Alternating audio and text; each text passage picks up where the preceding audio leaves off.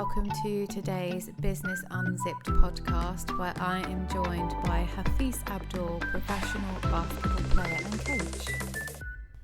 Hello Hafeez, welcome. Thank you for having me. So I have brought you on today because I wanted to talk about the correlation between business and sports. I think there's a lot in it with mindset and everything. So to give context, you are basically living out every kid's dream because you are a professional basketball player, which I think most people grow up dreaming of being in sports in some way. Did you always want to do that, or what was your ambition? Was always just to have fun playing, to keep playing as much as I could, while I could. I know it's like it's a short career in terms of a lifespan, so I wanted to enjoy it while I could. And when did you start playing? I started always been playing, so I want to say probably like from eight onwards, but taking it seriously probably not till I was about 12, 13. Yeah, and then you've actually ventured here, there, and everywhere with basketball. Is that right? Yep. Been to the States, been all over England, of course. Been to Spain, Germany, Italy, and thereabouts, and Serbia. Why do you travel everywhere for it? Is it just where you go, or? To be honest, it's just like always like a different style. So when you go to the different places, they always play a different style. So it's always fun to see. Always enjoyed it. And when the opportunity came, I just thought, why not take it rather than always guessing. Go and see what it is. Where's been the toughest place? Toughest place to play was definitely the States. Just because their culture is so intense about it, about anything, you gotta give everything your best every single day. There's no let up with them, so that was definitely tough. Yeah. But enjoyed it. Definitely enjoyed it. A lot more pressure though, I guess. Yeah. Depending on how you look at it, but as long as you can tell yourself it's really just putting a basketball through a hoop, then it's not much pressure about it. I feel like it's a bit more complicated than that, but I get it. Yeah, definitely can be. So as well as actually playing professional basketball, you also coach the juniors. Mm-hmm. How did you get into that? So coming to Worthing Thunder, they gave the opportunity to coach and to be around their junior teams and see if I'd like it, see how the kids would respond to it as well, and it kind of just felt second nature, kind of being around them, being able to help them, and to be fair, I've been around a lot of good kids. A lot of the kids are really receptive, really great attitudes, and I enjoy being part of their basketball journey. I think it's amazing to see them actually grow and develop. But one thing I've noticed is your coaching style is you give a lot of sort of positive affirmations, and I think that within basketball in general, when I see like if kids miss a shot as a team and collectively, you make it known that that's okay.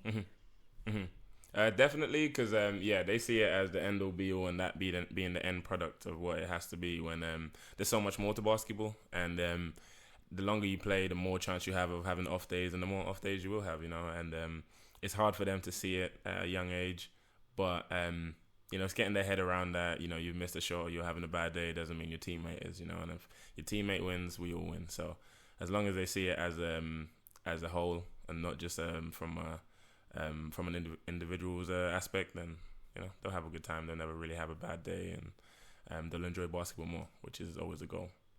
It is indeed, and it's an indoor sport. So as a parent, I actually love watching basketball. That's how you win them over. You get them out the cold. Tell the parents they'll be nice and warm, and don't have to bring the jackets, and that's how you win the parents over for sure. Yeah.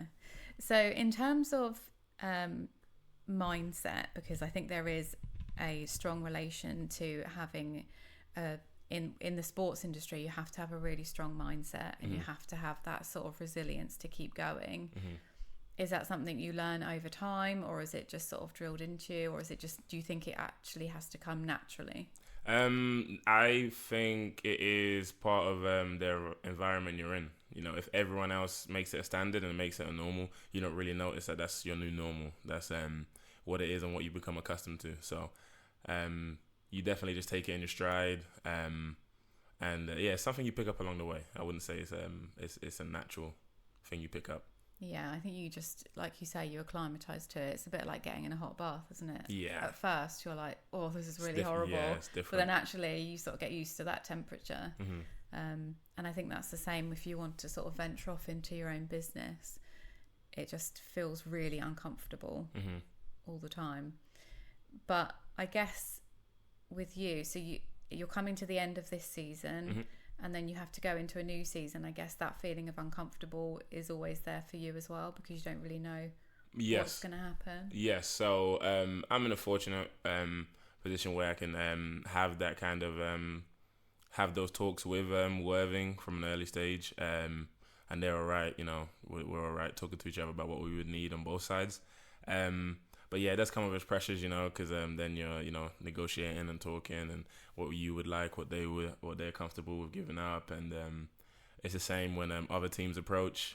That's always happened as well. I've been fortunate enough to have that, to have options, so I never take that for granted. But Worthing's definitely become like a second home, so always much more comfortable being here, know my way around. And like I'm a journeyman, so you know it would be nice to stay here and be around here a lot more.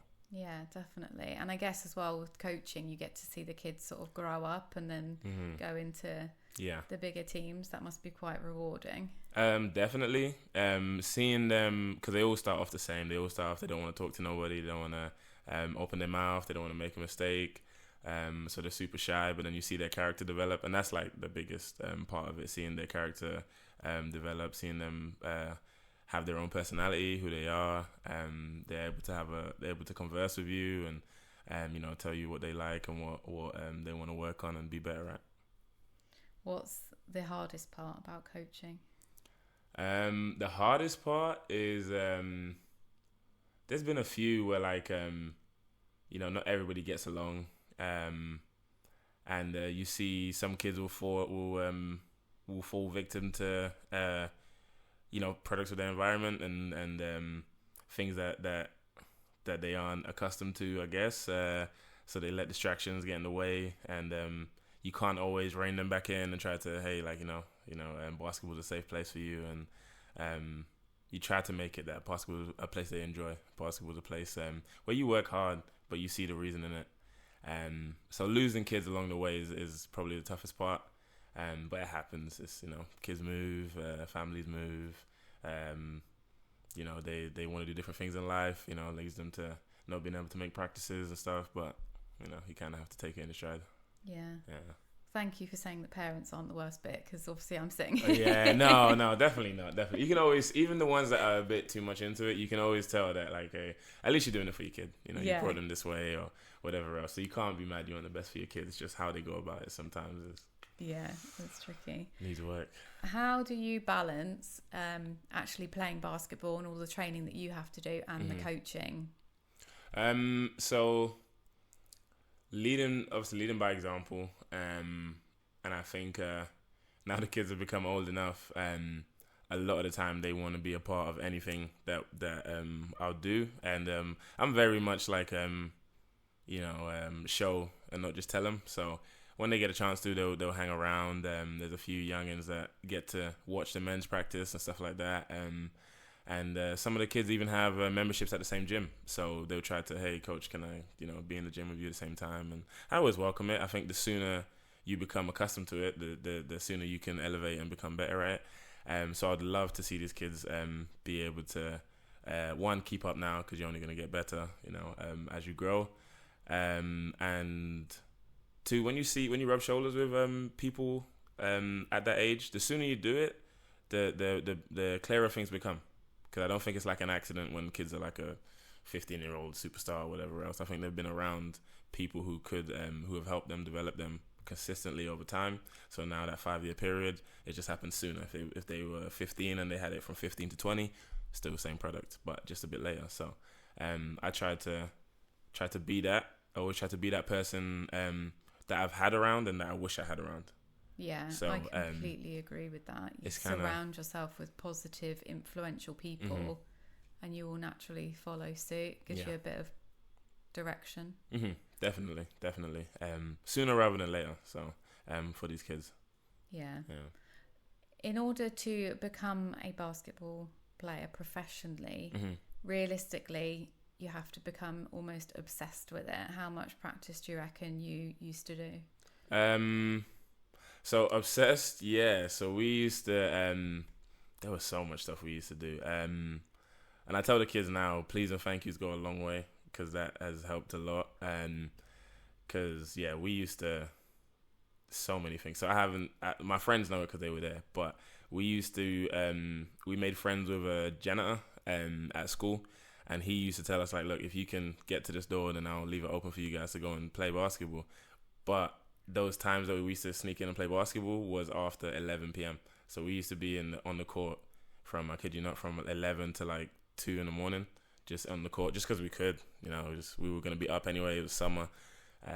So we used to do that. I was really fortunate where I lived, there was a basketball court that you could get into in the mornings as well from, I want to say 10 to 2 p.m. It was free all summer. So we used to go there, pay like, I think it was £2 at a time. You go in there and shoot until you don't want to, until you can leave. And then what else did we do? There was a season where, because I wanted to play as much as I could, I played on a local league team, I played on a national league team, and I played I was 14, but I played in a under 16s team. So I used to 3 teams, play as much as I could. The weekends I was hardly home. And then during the week, that meant we had 5 practices during the week. I think I only got Friday off, but even then, we'd be at school practice, so kind of be playing anyway. So yeah, I used to find any way I could be on the court, any team I could play for, just used to be there. And then I used to, like, you'd think it'd be a pretty like lonely journey, but I had friends that were there, so we used to all do the same thing, and we used to see each other more than we'd like see our parents and stuff. We used to be around each other all the time.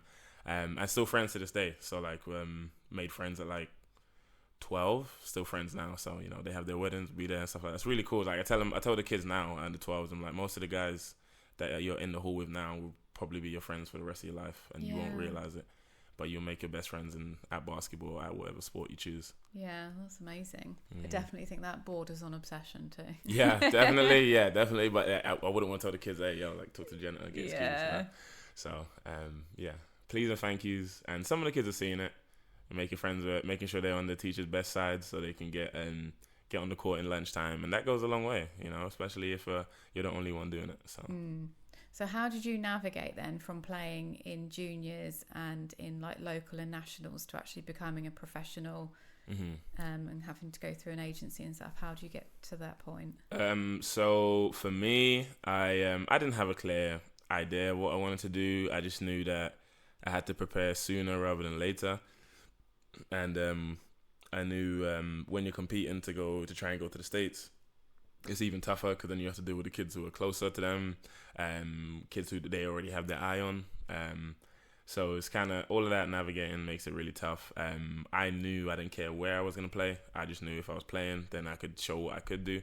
And if it wasn't good enough, I was always okay with that. I wanted to go and play as well as I could. And then, once you reach a level where you couldn't get past, then I'm okay with that. I'm fine with that. So when navigating, I was around Ishmael Fontaine, funnily enough, was one of the first professional players I got to be around. So when I was 15, I got to go to his practices and watch him play and play alongside him and see what they did, which was really, really eye-opening because then you see that kind of level and how relentless they are. And as good as he is now, he was way better back then as well. So seeing that, knowing that's what it took, seeing how much they get after it, really showed me, okay, this is what you have. This is the standard that you have to be at. The sooner you get there, the better. And then I just prepared. Would film my games, send them off. I would spend my lunchtime sending emails to coaches and stuff like that, and filming, talking to them. I used to be, hardly was outside and at lunchtime and breaks and stuff. Really just try to prepare, talk to people, see what happened, and then you do need a bit of luck. I ended up doing pretty well when I went out there, and then had to go through a bunch of stuff. I tore my meniscus, broke my hand out there, and all of that journey. So you have to like learn how to be without basketball and their intensity as soon as literally was surgery. 2 days after surgery, you're off the medication, whatever they give you, and then you're in the rehab, into rehab for, it was five days of the week, and then you get the weekends off. And even then on the weekend, you're still doing a little bit of something. So it was really going through all of that and wanted to get something from it. When I came back, I didn't have any intention of doing it. I just wanted to play and have fun. And I ended up being contacted by a few agencies and talking to people, and they were like, hey, you can go and try and make a run at this and have some fun along the way and make some money. And I'm like, sure, don't mind. Then it got me to traveling. So got to see a bit of Italy, got to see a bit of Germany. Came back, unfortunately, because of lockdown and all that kind of stuff.